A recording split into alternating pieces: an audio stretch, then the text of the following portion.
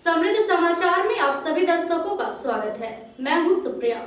खबरों में आगे बढ़ने से पहले आइए एक नजर डालते हैं आज की सुर्खियों पर। हेडलाइंस के प्रायोजक हैं मजबूती की बेजोड़ पहचान ईसा 600 TMT बार, अत्याधुनिक तकनीक से निर्मित शुद्ध स्टील TMT बार, सुरक्षा ज्यादा, मजबूती का वादा। पी बाजार, परिवार के साथ फैशन की बात, कालीबाड़ी के निकट Giridih. Crest care multi specialist hospital, द्वार पहरी रोड, जमुआ थाना के निकट गिरिडीह। जायकेदार लजीज व्यंजनों का चाहिए स्वाद तो आज ही पहुँचे करी एंड कबाब। प्रसिद्ध रेडियोलॉजिस्ट डॉक्टर शैलेंद्र कुमार चौधरी द्वारा संचालित नव अल्ट्रासाउंड एंड डायग्नोस्टिक सेंटर। आपके उत्तम स्वास्थ्य का रखे ख्याल Navdeep nursing home, Bishanpur, Pachamba road, Giridih और दिल्ली पब्लिक स्कूल, हरसिंह रायडी, गिरिडीह। नवविवाहिता की संदेहास्पद मौत, मायके वालों ने लगाया दहेज हत्या का आरोप। सरिया थाना क्षेत्र के पंडुआ टाड़ मोहल्ले की घटना। वार्ड क्षेत्र में 15वें वित्त से योजना पास नहीं होने पर नाराज हुए वार्ड पार्षद। अनिश्चितकालीन भूख हड़ताल की दी चेतावनी। गिरिडीह CCL के द्वारा अवैध कोयला उत्खनन के खिलाफ चलाया गया अभियान। कबरीबाग, चिल्गा आदि इलाकों में 25 खंता को किया गया ध्वस्त। और केंद्र सरकार के मजदूर विरोधी नीतियों के खिलाफ ट्रेड यूनियनों के द्वारा 28-29 मार्च को राष्ट्रव्यापी हड़ताल की घोषणा। हड़ताल सफल बनाने में जुटे ट्रेड यूनियन के नेता।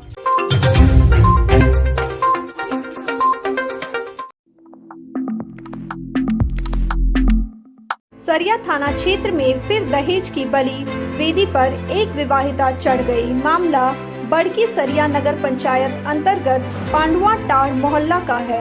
मृतका 20 वर्षीय मनीषा देवी थी। घटना के बाबत मृतका के पिता राजेंद्र प्रसाद मंडल ने बताया कि वर्ष 2021 में उन्होंने अपनी पुत्री की शादी सरिया नगर पंचायत के पांडुआ टाड़ टोला निवासी महेश मंडल के पुत्र पंकज मंडल के साथ की थी। विवाह के बाद दहेज में 60,000 रुपया बकाया रहने के कारण ससुराल पक्ष के लोग उनकी पुत्री मनीषा को बार बार प्रताड़ित करते थे, जिसके बाद उन्होंने होली के बाद रुपए देने की बात कही थी। पैसा देने को लेकर वे मुंबई से आ रहे थे। इसी बीच बुधवार की रात लगभग 9 बजे उन्हें दूरभाष पर सूचना मिली कि उनकी पुत्री का तबीयत खराब है।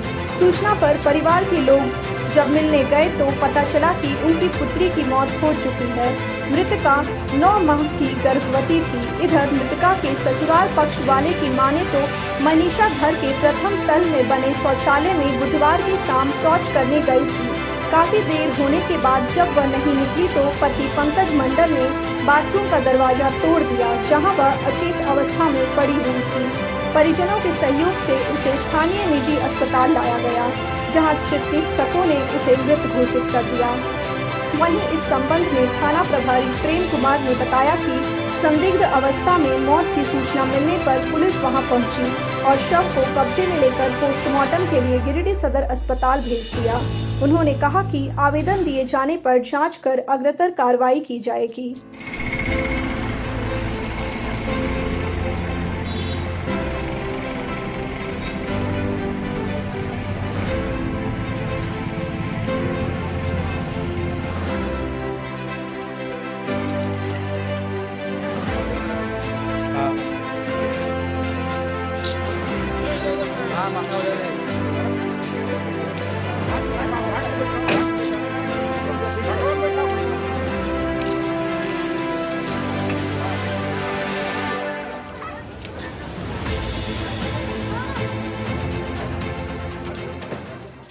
सूचना प्राप्त हुई थी कि सरिया थाना क्षेत्र अंतर्गत ग्राम पुरैया टांग स्थित एक घर में एक महिला जिसका नाम मनीषा देवी था, उनकी डेथ हो गई थी, जिसके जांचों के लिए मैं स्वयं अपने घरवालों के साथ आज दिनांक 24 को सुबह करीब 8 बजे पहुंचा। जाके वहां पे जांच उपरांत पाया कि वहां पे जो है वो एक प्रेग्नेंट महिला थी, जिसको लेकर कि वहां पे उनकी डेथ बाथरूम जाने के क्रम में हुई है, जिसके परिजन के द्वारा ये बताया गया है।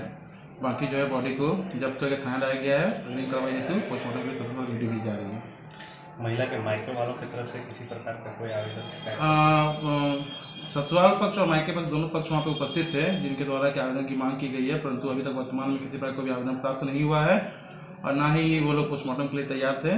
लेकिन बॉडी को लाया गया है और पोस्टमार्टम के लिए भेजा जा रहा है। अग्रिम कार्रवाई आवेदन मिलने पर की जाएगी।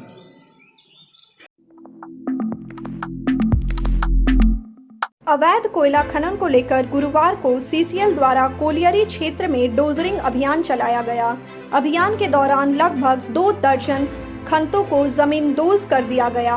बताया गया कि कबरीबाद, चिल्गा, कोपा, भदुआ पहाड़ी इलाके में अवैध खनतों को अभियान चलाकर डोजरिंग की गई। इस बाबत सीसीएल के परियोजना पदाधिकारी एसके सिंह ने बताया कि लगातार अवैध रूप से संचालित खनतों की डोजरिंग की जा रही है। उन्होंने लोगों से अपील करते हुए कहा कि अवैध रूप से खनता संचालन या कोयला चोरी का काम नहीं करें, वरना पकड़े जाने पर सख्त कार्रवाई की जाएगी।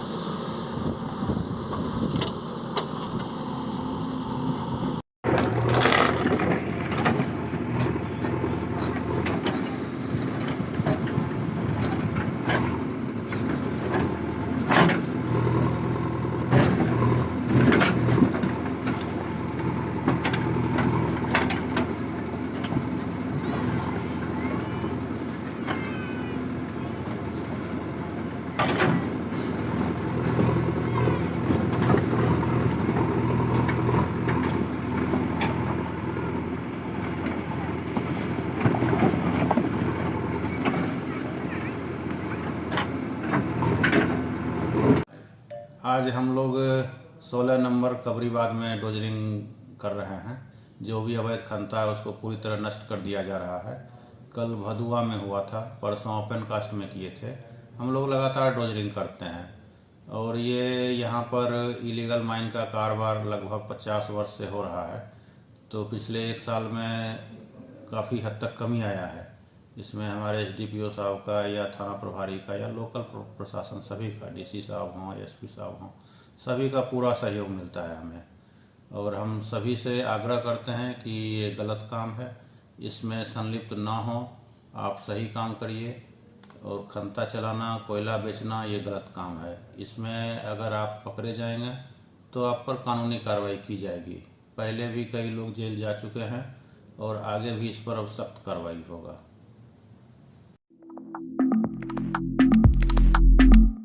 गिरिडीह नगर निगम क्षेत्र के वार्ड नंबर 15, 25, 26, 30 और 31 के वार्ड पार्षद अपने क्षेत्रों में 15वें वित्त आयोग से एक भी योजना पास नहीं होने के विरोध में 2 अप्रैल से अनिश्चितकालीन भूख हड़ताल करेंगे। बुधवार को इन सभी वार्ड के पार्षदों और उनके प्रतिनिधियों ने अपने इलाकों में 15वें वित्त आयोग से योजना देने की मांग को लेकर एक ज्ञापन उप महापौर को सौंपा है।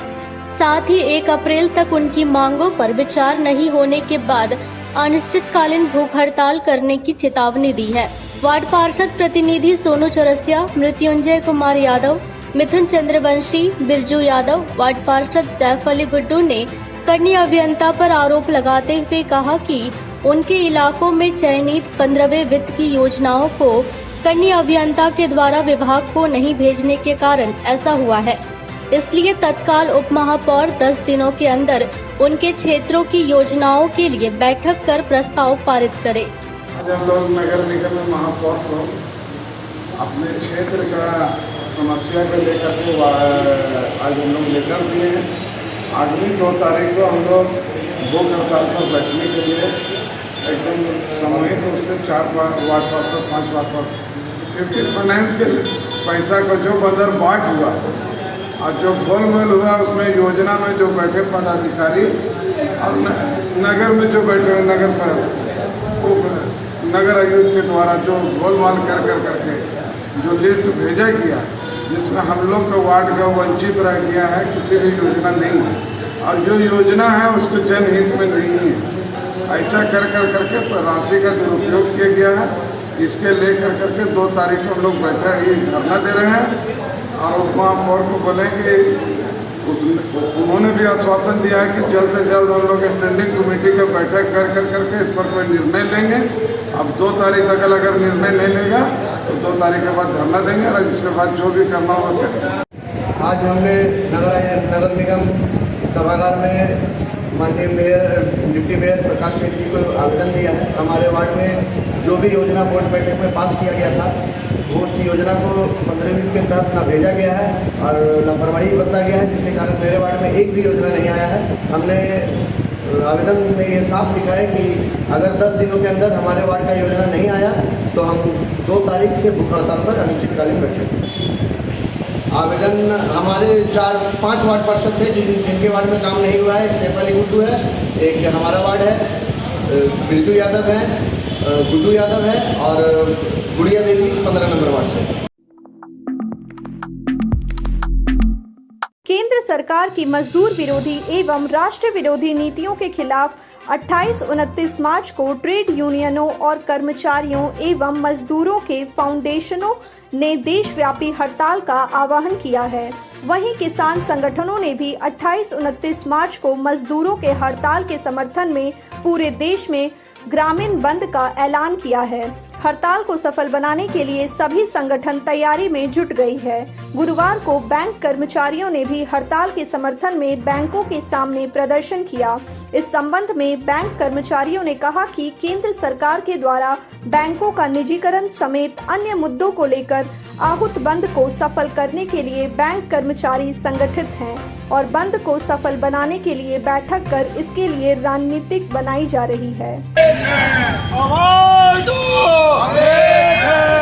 इंकलाब बंद करो, बंद करो, बंद करो, वित्त मंत्री हाय हाय।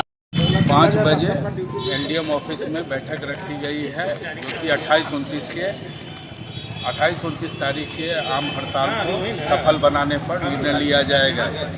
इन मुद्दों को लेकर आज बैठक है और मीडिया प्रभारियों से या मीडिया वालों से अनुरोध है कि आज जो है तो समय पर उपस्थित होकर हमारे संगठन की मांगों को लेने का कोशिश करें। मुख्य मांगे क्या है आप लोगों की?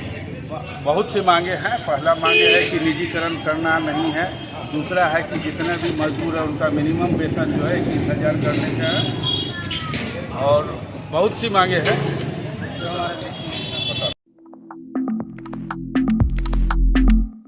तीसरी थाना अंतर्गत सिंघो पंचायत के गुहियातरी गांव में गुरुवार को जमीन विवाद को लेकर दो पक्षों में जमकर मारपीट हुई, जिसमें एक पक्ष के सुनीता देवी, संगीता देवी, ललिता देवी और कुंती देवी घायल हो गई। घायलों को इलाज के लिए सामुदायिक स्वास्थ्य केंद्र तीसरी में भर्ती करवाया गया। मारपीट में गंभीर रूप से घायल सुनीता देवी को चिकित्सक ने बेहतर इलाज के लिए गिरिडीह सदर अस्पताल रेफर कर दिया। इस संबंध में ललिता देवी ने बताया कि अपनी जमीन पर गड्ढा खोद रहे थे, तभी दूसरे पक्ष के सुधीर यादव, अनिल यादव, मनोज यादव, बिंदी यादव, दासो महतो, सावित्री देवी और चिंता देवी आकर लाठी डंडे से करना शुरू कर दिया। फिलहाल दोनों पक्षों में तीसरी थाना में आवेदन देकर न्याय की गुहार लगाई है। उसको भैंसुर आया था, इधर से छड़ भी उठा लिया, इसको पकड़ के पूरा झोटा दाब करके अब छड़ से दाब दिया। तो सभी लोग भीड़ दिया, उधर जेंट्स भी और मर्द भी, लेडीज भी, सभी। सावित्री देवी, चिंता देवी, सुधीर यादव और उसका नाम अनिल यादव, मनोज यादव, बिंदी यादव और दासो माता। जमीन के वजह से, जमीन का मतलब कि हम लोग गड्ढा खान रहे थे अपना जमीन। कब हुआ? अभी सुबह से। सुबह हुआ और जमीन में गड्ढा खन रहे थे। मरा ललिता देवी को, कुंती देवी को, संगीता देवी को और सुनीता देवी को।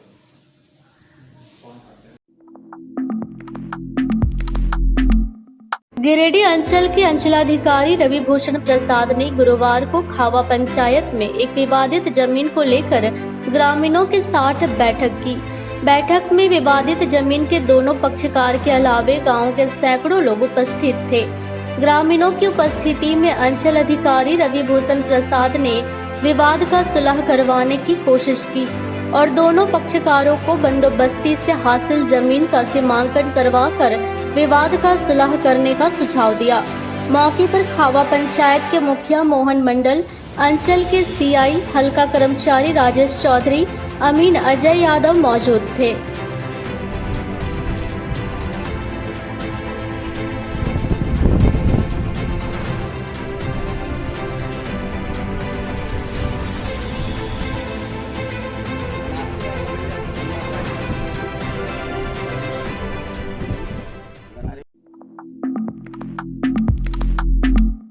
भाजपा नेता सह पूर्व आईजी लक्ष्मण सिंह ने गांवा थाना क्षेत्र के पांडेडीह गांव पहुंचकर रविवार को सड़क दुर्घटना में मृतक मंटू पांडे के आश्रितों से मिलकर ढांढस बंधाया और यथासंभव सहायता प्रदान करने का आश्वासन दिया। साथ ही उन्होंने परिवार को सरकारी सहायता दिलाने में मदद करने का भरोसा दिलाया है। पांडेडीह निवासी मंटू पांडे बिस्नी टीकर गाँव में सड़क दुर्घटना में गंभीर रूप से घायल हो गया था। उसकी मौत रांची रिम्स में इलाज के दौरान हो गई थी। लक्ष्मण सिंह पीड़ित परिवार से मिलकर यथाशक्ति अपने स्तर से सहायता भी की और लक्ष्मण सिंह ने आपदा प्रबंधन राहत कोष से सहायता राशि दिलवाने के लिए जिला उपायुक्त से बात करने का आश्वासन दिया। गांवा थाना पुलिस ने आगजनी मामले में एक आरोपी को गिरफ्तार कर गुरुवार को जेल भेज दिया। गौरतलब है कि गांवा थाना क्षेत्र के मंजने में एक घर में आग लगने के मामले में चिहुटिया निवासी अर्जुन चौधरी पर आरोप लगाते हुए थाने में आवेदन दिया था, जिसके बाद पुलिस कांड संख्या 81/21 दर्ज कर मामले की जांच कर रही थी। इसी बीच पुलिस ने गुरुवार को छापेमारी कर आरोपी अर्जुन चौधरी को गिरफ्तार कर लिया। थाना प्रभारी पिंटू कुमार ने बताया कि गिरफ्तार आरोपी को जेल भेज दिया गया है।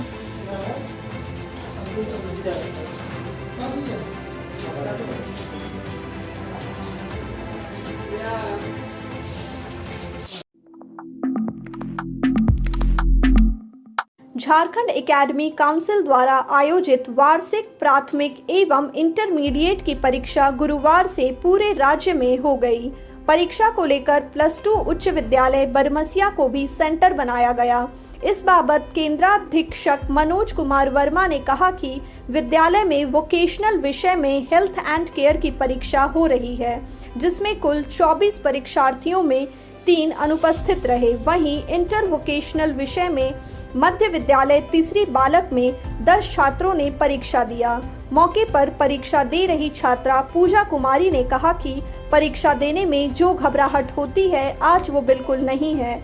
ऐसा लग रहा है कि अपने स्कूल में ही है।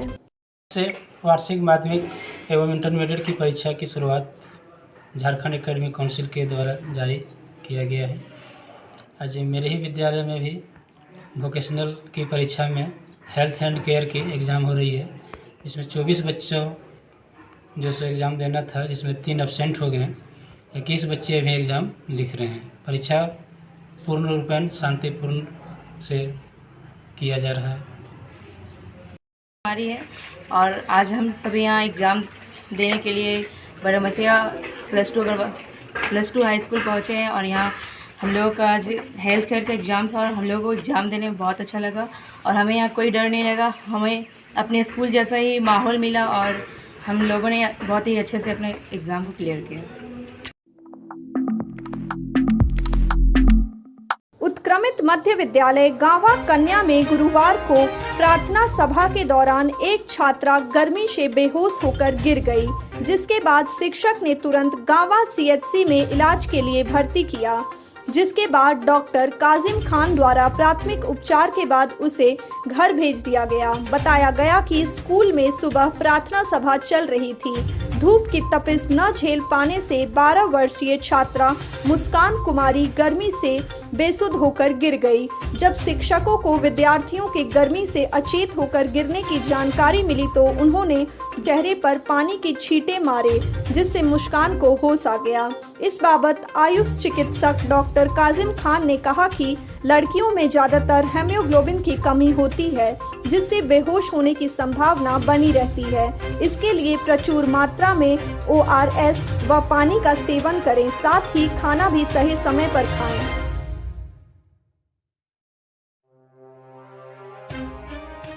मुस्कान कुमारी 12 साल एज है। पिताजी का नाम पंकज कुमार गांवा में है। गांवा मिडिल स्कूल में ये प्रार्थना के दौरान अचानक से चक्कर खाकर बेहोश हो गई थी।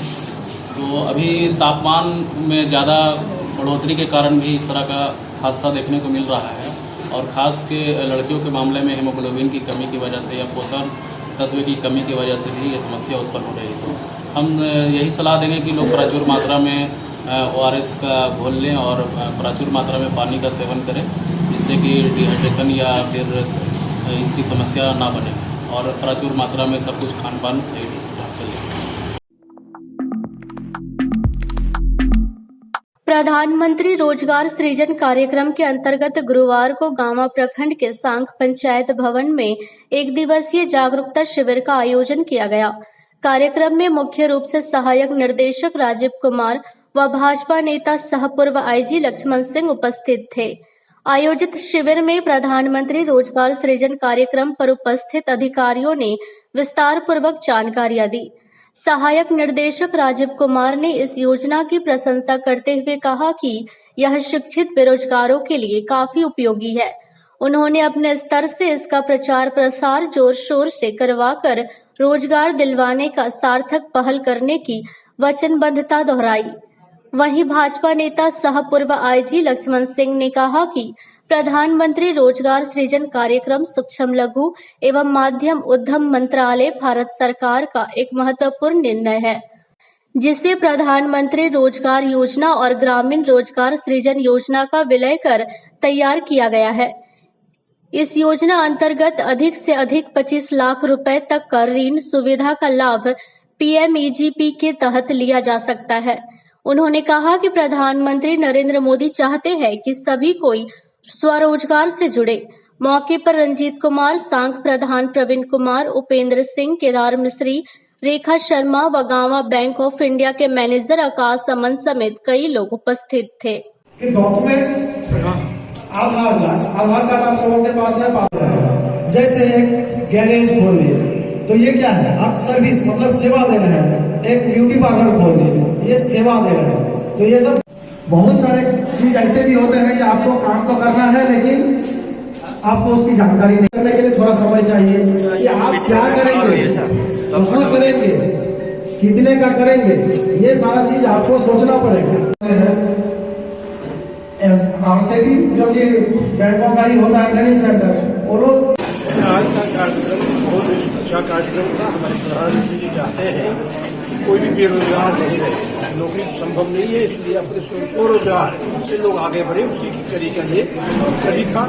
उसे बैंक के पदाधिकारी, खादी ग्राम उद्योग के पदाधिकारी सब आए हुए थे, बातों को सुना।